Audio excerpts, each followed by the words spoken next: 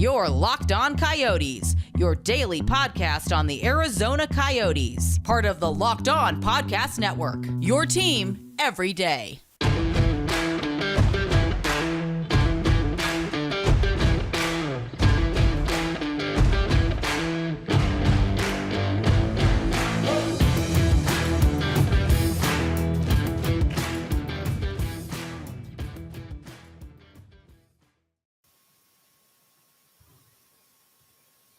Welcome to the live show, everybody. I'm Robyn Leonios. That's Carl Pavlak right beside me on today's episode of Locked On Coyotes. It is the first day of free agency. We're glad to be doing a live show today because the Coyotes made some moves, some minor moves, but they made a lot of minor moves, Carl. Yeah, it was definitely a busy day for me. The Coyotes did a lot, like you said. They're more smaller contracts, smaller players. Well, not physically smaller. I think everyone GMBA got was over 6 feet tall, but more role players. Yeah, and it seemed to be the way that was. I mean, really, did we expect the Coyotes to make any groundbreaking moves? No, right? No. We knew that whoever they were going to get was going to be like role players. Whoever they were going to be, or just in general smaller players, because that's the way it is. It's year two of a rebuild. Like the smaller players, the role players are kind of what fit. If the team has a chance to get a younger player who's going to be around for a couple of years, I'm sure they will. But those players aren't really available. Absolutely. Let's take a quick look through who was signed for Arizona. So they signed John Gillies to a 1-year contract, the goaltender. Forward Boko Imama has been re-signed. Laurent Dauphin returns to the Arizona Coyotes after a couple years away. Troy Stecher gets signed to a 1-year contract. Nick Bjugstad is signed to a 1-year contract. And defenseman Josh Brown signed to a 2-year contract. So, and also as a trade, I think you have the details of that trade too. So, it's lots of different things that Arizona did. Yes. Patrick Nemeth is coming to the Coyotes along with a second-round pick in the 2025 NHL entry draft and the option to acquire the Rangers' third-round 2024 pick or the 2026 second-round pick. And going to New York, Ty Emberson. And yeah, that was quite the trade for Arizona, right? Because just sending over Ty Emberson, I watched him in Tucson, wasn't anything fantastic. So it's like, what are we really losing him? And yeah, you're getting a cap dump from New York, but you remember we were talking about for the Coyotes, right? They're just the cap dumps that they get now are no longer the cap dumps of, we'll just take a bad contract of a player who's never going to play again, like Pavel Datsyuk and Marian Hossa. They don't do that anymore. It's like, oh wait, we'll just take your overpaid players and just give us some draft picks. And this is the first time in which they actually sent something back. Yeah. I don't love the fact that Patrick still has 2 years left on his deal, but he's not being paid too much. Did not have a good time with the New York Rangers, but I do kind of wonder if they saw Anton Stroman, who didn't have 2 good years with the Florida Panthers and really kind of revitalized his career with the Coyotes. Shane Gostisbehere was on the way up when the Coyotes acquired him, so I don't think there's the same kind of trajectory for that, but I like the move. I think getting picks is fine. Taking on a salary hit, sure. Yeah, I think someone mentioned too, I forgot where, when I tweeted it, but I mentioned something about how many draft picks the Coyotes have in the first 3 rounds of the next 3 drafts. And just it's a lot. I mean, honestly, they're kind of light for next year. They just have their own first, their own second, their own third, as well as the Washington Capitals third. So definitely more work to be done for that. And I think we're kind of looking at that with the Coyotes roster. There's still more room that can be done. The fact that the Coyotes did go out and get 3 defensemen, to me, says that the team will not be bringing back Anton Strawman.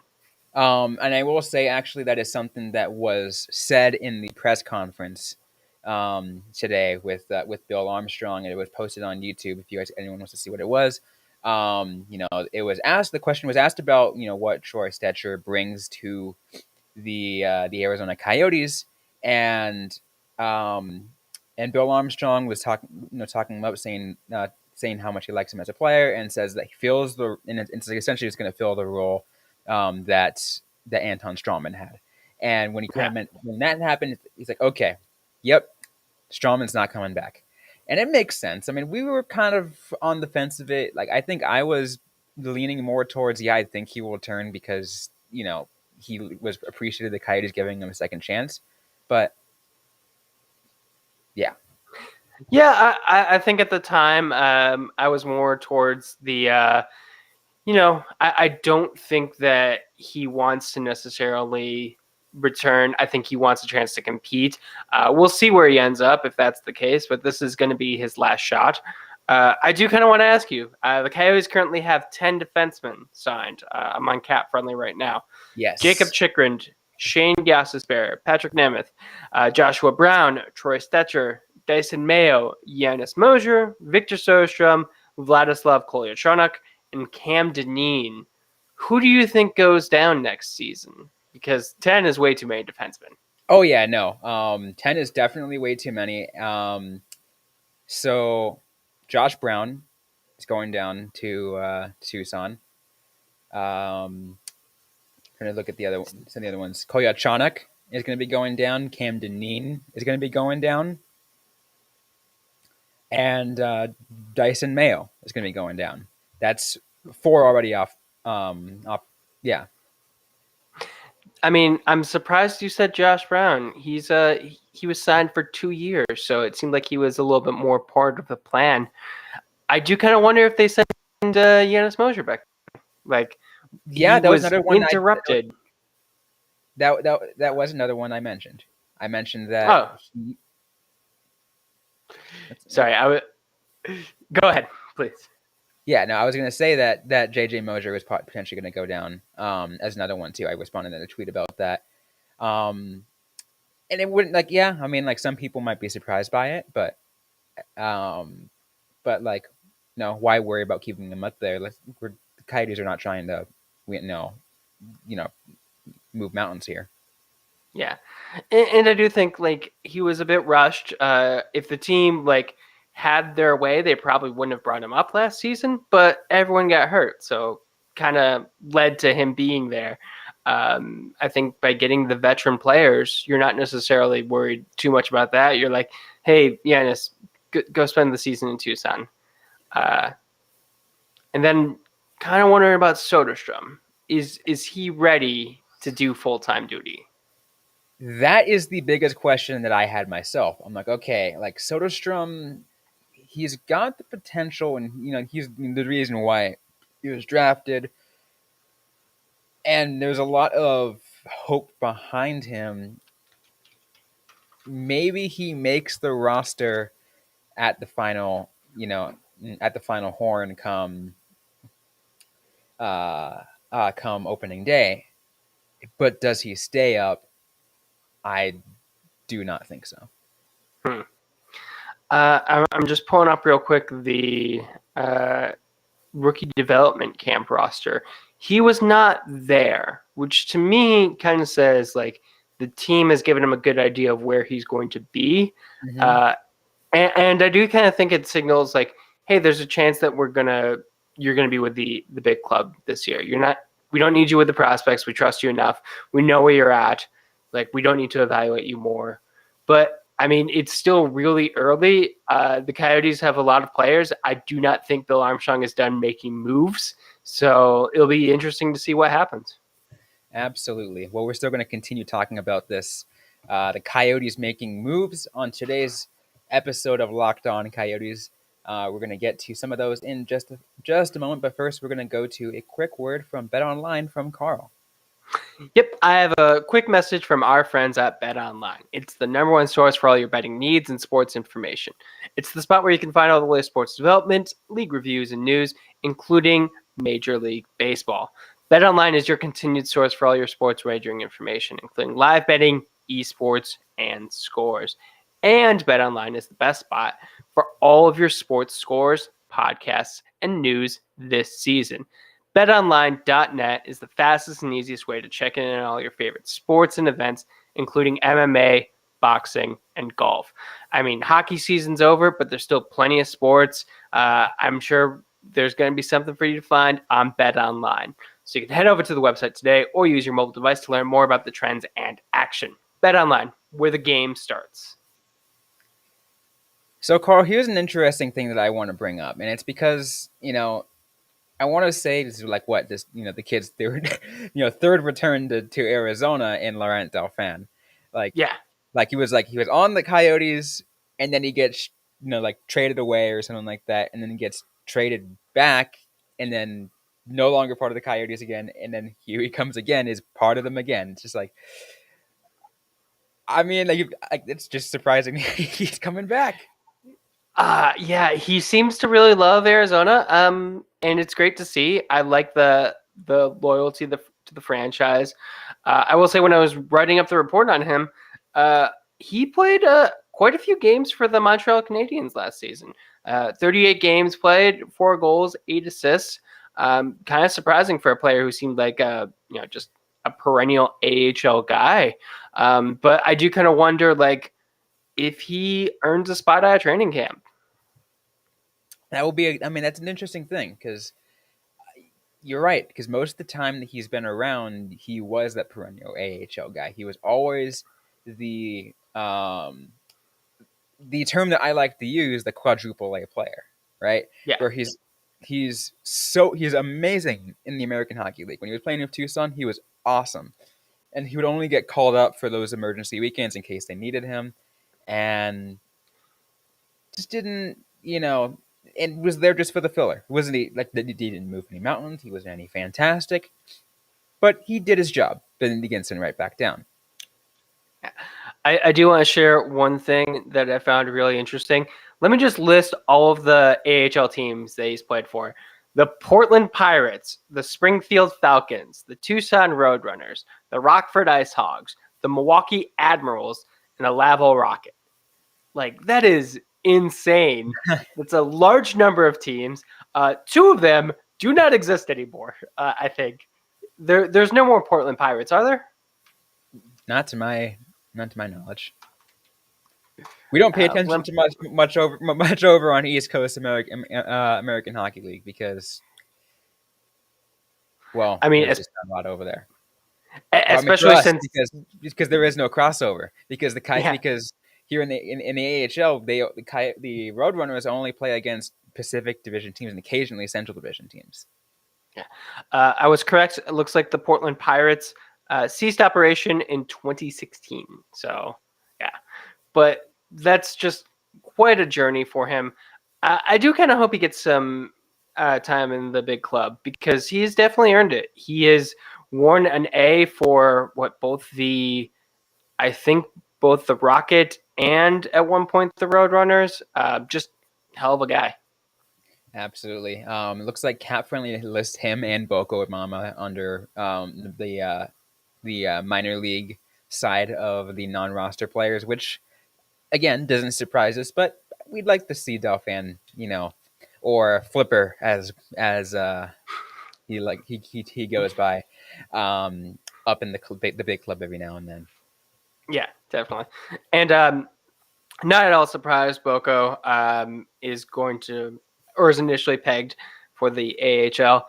I with Cassian and Liam O'Brien, I don't see a spot for him. You don't need another, big physical gritty guy. You could theoretically if that's your end game, but yeah, he's always been the guy. Look at it. He's spent most of his time in the AHL, and the time he got called up, he got it. It took him however many long to get his first NHL goal, and he was so ecstatic for that. But one game. He got it in his second game. He played 4, second NHL game, got his first goal. But yeah, to your point, it took him a long way to get to the NHL. Yeah, but he still got ways to go, which is like not necessarily a bad thing. But you know what? I love his journey, anyways. It was still like it would be nice to see him up every now and then, but Tucson's is his place to be, and the American Hockey League's his place to be, especially because I remember talking about it a lot on the previous episode about how much I freaking hated him before when he was on the Ontario Reign, but. Yeah, and I mean, I think that's a good spot for him. And if like Cassian or O'Brien goes down, like, and they want someone to play that role, it's good to have a third guy to do it, because I do think that, just everything we're seeing, this is going to be a big, heavy team. And yeah, I do wonder, like, because everyone seems to forget about Liam O'Brien. Because and Cassian, I can understand, he's new, but like O'Brien seems to slip a lot of people's mind. They're like, who's going to do all the fighting? It can't just be Lawson Krause. I'm like, there's a guy. He's got like a giant red beard and long hair. Had so many fights last season. He's going to do that. I mean, and the way I'll keep reminding people, as Liam O'Brien is the real world Andrews Kane. You will F people up. Absolutely. Anyways, we still have a lot to get to. There's a question here that we'll probably answer in a little bit, but we'll probably just give a brief moment. Yes, I mean, these do have some money left. The Coyotes have, they're still $2 million under the floor, so they have to spend more money no matter what. Yeah, I imagine, because you got a contract for Barrett Hayton, Lawson Krause. I imagine Lawson Krause is going to get paid just because, just had a 20-goal season. He's established with the team. Mm-hmm. But what do you kind of project that deal to be? Like, man, that's a hard one. I had to take a look. $3 million? 4? What'd you say? 3 or 4 million, maybe. I could see about 3 or 4 million. Yeah, that would make sense. And then that would put the Coyotes just above. But other than that, and then Barrett Hayton, I don't see being like a big Barrett Hayton deal. is just gonna get his qualifying offer probably, which it's gonna be the average annual value previously was or his cap hit was 925, or about 925. So it'll probably be similar to that, maybe about just around right around $1 million. I could see him giving him a little bit of a raise. It all kind of depends on if he wants like 1 year. I mean, that's just the cap hit, right? He like his actual money made will be more. Yeah, but definitely. Anyways, let's get to a couple more things we have to get to. I guess we'll actually answer some more questions potentially that are coming through the live chat, as well as talk about other moves the Coyotes made, other things that potentially might make. All that in just a moment. But first, I do have to let you guys also know that today's episode is brought to you by Rock Auto. With the ever-increasing number of makes and models, it's now impossible for your local chain auto parts store to stock all the parts you need. So why endure often pointless or seemingly intimidating questioning? Is your Odyssey an LX or an EX? Well, the person behind the counter orders the parts on their computer, choosing only the brand their warehouse happens to carry. You have computers with access to rockauto.com at home and in your pocket. Save time and money when using Rock Auto, when you can spend, choose to spend 30, 50, even 100% more for the same parts from a chain store or car dealership when you can go to Rock Auto, a family business serving do-it-yourselfers for over 20 years with reliably low prices for every customer. I want you guys to check it out yourself. Go ahead and check out the anything that they have available for your car or truck, and write Locked On in their How Did You Hear About Us box so they know that we sent you. All right, so let's keep going, Carl. um, on this episode of this live episode of Locked On Coyotes, as we could get through what they did today, right? And you're just asking the question about the about Lawson Krause. We have a someone here who shared what their thoughts are. 3 year, $6 million, about 2 million.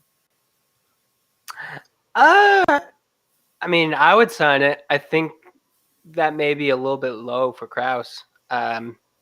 Maybe 2.5, but I would take that deal. Like 3 years in a heartbeat. What Yeah, about you? I mean, yeah, I think somewhere around there, around the 2 to 2.5 does seem probably about fair. I mean, like, um, I'm sure he's gonna want more, but and that's part where the negotiation process is, right? And see how far apart they are. And obviously, I don't think they're gonna be crazy far apart. I mean, Kraus just had a rebound year that wasn't stellar, but he had a rebound year after what happened the previous year where he just couldn't score at all. Yeah. He had a rebound year. He hit the 20 goal plateau, which is great. It's something that I think every player likes to have when they're talking about a contract extension. Notably, Mikhail Bodker never hit it. So already a step up on like one of the Coyotes' more uh, fickle free agents signings from a couple years back. But how much of that was just last year? How much of that is a contract year? Who really knows? I certainly don't. So yeah, I expect him to be like a little bit more lower on it. But I could also see Kraus wanting shorter term in that situation. Be like, That's fair. hey, give me a 2-year prove it deal. Yeah, absolutely. That totally makes sense. That totally makes sense. Well, here's another question that we have going up. Asking about the goalie tandem, asking if John Gilly is going to be back up next year. That's a question that I don't think we can necessarily answer, but like it's hard. Like like I'm trying to figure out what John Gillies was assigning. I mean, he was like according to Cap Friendly, he was put down on that under that non-roster. Um, but at the same time, it makes sense because David Tendek and Ivan Prosvetov are going to be your Roadrunners guys. Um, Anson Thornton's going to go straight back to the OHL, so like no worries about that one. Like Yeah. so, I mean, unless the Coyotes decide, okay, we're gonna call up Prosvetov and have Gillies and Tendek in Tucson, maybe. Like, So I will say this about Gillies because I was just kind of looking into him. Last season was the most games he's played in an NHL season. 19 games with the Devils, 1 game with the Blues. Looking at those Devils games, a 3.76 goals against average, 0.885 save percentage. He's on a 1-year 2-way deal. I think he goes to Tucson. I think maybe Tendek goes to the ECHL team. so that means the Coyotes still haven't found their backup goaltender.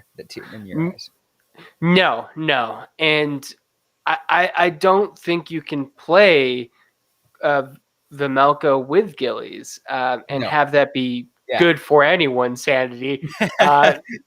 Not especially his. because Melka still is getting his feet wet. Like he had some really good years last year, but like there's no way you can trust on him. There's like you need an actual tandem Yeah. to work with Melka. I know like Mike Smith was a goalie who, if there's any hint at a competition, like he just like got stuck in his head, went to pieces. And that's a thing that happens with certain players. Vamelka is the complete opposite way. He needs a player who he can like lean back on, a player who, if he's playing crappy, he could be like, okay, I need to sit out for a couple games and I'm going to watch someone who I know can take over. Yeah. I don't know if he necessarily wants that, but that's what he needs that. needs. I mean, Yeah, there's a reason why Scott Wedgwood was that perfect man for Vejmelka this last season, right? Like yeah, because like where they both stellar, during throughout the course of the entire season? No, but they provided enough of a push for each other to try to play better, because Yeah. that's how it works when you're trying to make a tandem. Um, and yeah, I mean, and then when he got traded and they put in, Hari Seteri instead, it was like, oh yeah, Vimoka might not be as fantastic as we thought. I mean, he's still good, but Yeah, yeah, it's definitely just going to be like I don't know. It doesn't seem like the Coyotes are done looking for goalies.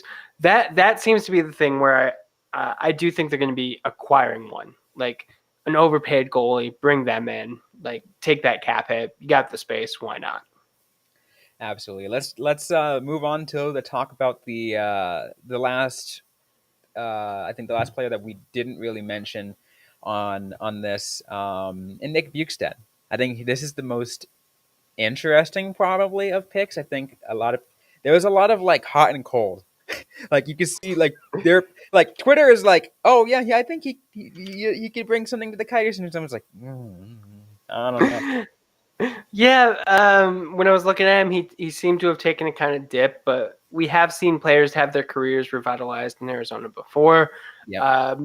It's going to be another season where like he is going to be getting as much work as he can, or as much work as he is willing to get. And I don't know, we saw Travis Boyd, a player who kind of came out of nowhere, become a first line center. Is that going to happen with Bukestad? Odds are against it, but you never really know. It's honestly a great chance for him to just kind of like show what he can do. And if he does well, if he impresses, I think the Coyotes are going to be moving up like in the ranking in the third year. So, I mean, why not stick around with the team that revitalized you? Yeah, I mean, yeah, absolutely. I'm totally with you on that. Especially because too, like this contract was very like low risk, right? It's a 1 year, $900,000 deal. Like, Yeah, absolutely nothing. Like a couple more than league minimum, which maybe says a bit, but eh, it's that was his last deal definitely too that he had with Minnesota before, and then the year before that, it was when he was with Florida. He had that 6 year, $24.6 million deal, which was $4.1 million a year. And obviously, to be fair, that was during his, you know, the prime, right? During his prime. So like that makes sense. But like in, I guess midway through, he's like, okay, not as great as we anticipated it, and then now he's trying to find a place to be revitalized. It wasn't in Minnesota. Maybe it's in Arizona. yeah. I mean, there's a reason what McBain went from Minnesota to Arizona for the opportunity, and I think he is going to have that opportunity here too. Yeah, absolutely. Arizona is that place to get the opportunity to find that you prove your belonging in the NHL. And what's funny, Carl, is there were a lot of people that were messaging me, or maybe making some entering mentions or anything like that. They're like, no one wants to go to Arizona because no one wants to play in a college arena. Well, look at Okay. this. The Coyotes signed six guys and all of which are like some of which are Roadrunners guys, and others are players that are going to be prove it deals, right? That they belong in the league. That's the kind of players that want to come to Arizona. Do we have a problem with that? No, because the Coyotes are deeply rebuilding, so it's not going to make a difference. Yeah, and also important to note, I do believe Nemeth does have a no trade clause where he could submit teams they didn't want to go to. Um, eight, just looking at friendly, modified no trade clause, 8-team list. So Arizona wasn't on that. I think the idea that people don't want to play in a college arena, it's just not Is true. it's not, especially because like some people actually seem somewhat excited for it, and there have been people that we talked about too, right? Where it's some people like the idea of being in a more intimate arena with potentially a louder atmosphere because of the less amount of space. I mean, you know how it works, right? Some of these players played in smaller arenas and know what a smaller venue can bring in terms of how loud it can get, it probably feel like fans are right on top of you. Yeah. And I'm sure just in general, like a lot of these players are just like, I mean, are you going to pay me the same amount? Am I going to be able to play hockey? Yeah, I'll take that. It doesn't matter where it happens. Like it's the least important thing, I'm sure, in a lot of people's minds. Like definitely, like opportunity is more. Just living conditions. People like to live in Arizona. It's really hot right now, but it's not going to be by the time they get here. Yeah, right. I make the joke with some people that Arizona during the months that end with an R, that have an R in it, are the months that are good. I've never thought of it that way. Yeah, that's true. Right. And those are the months that hockey's played. Yep, absolutely. The Coyotes aren't going to be playing in June next year. What are you talking about? I absolutely love. Yeah. But you're right. You are absolutely right. So, but overall, though, I guess as we get ready to wrap things up, final thoughts that you had for the Coyotes today, and maybe things that you hope to see from them in a couple days down the road. I think GM Bill Armstrong was really busy. I've liked the moves he's made so far. I do think the biggest thing right now is going to be getting a goaltender. Yep, absolutely. That will definitely be next in the list. And don't worry, everyone, because the Coyotes have space to do it. Like I said, they're still $2 million under the floor. Obviously, that's without the Krause and Hayton accepting their deals yet. But I mean, you know what? That still tells you they've got a lot of room to go to find themselves their backup.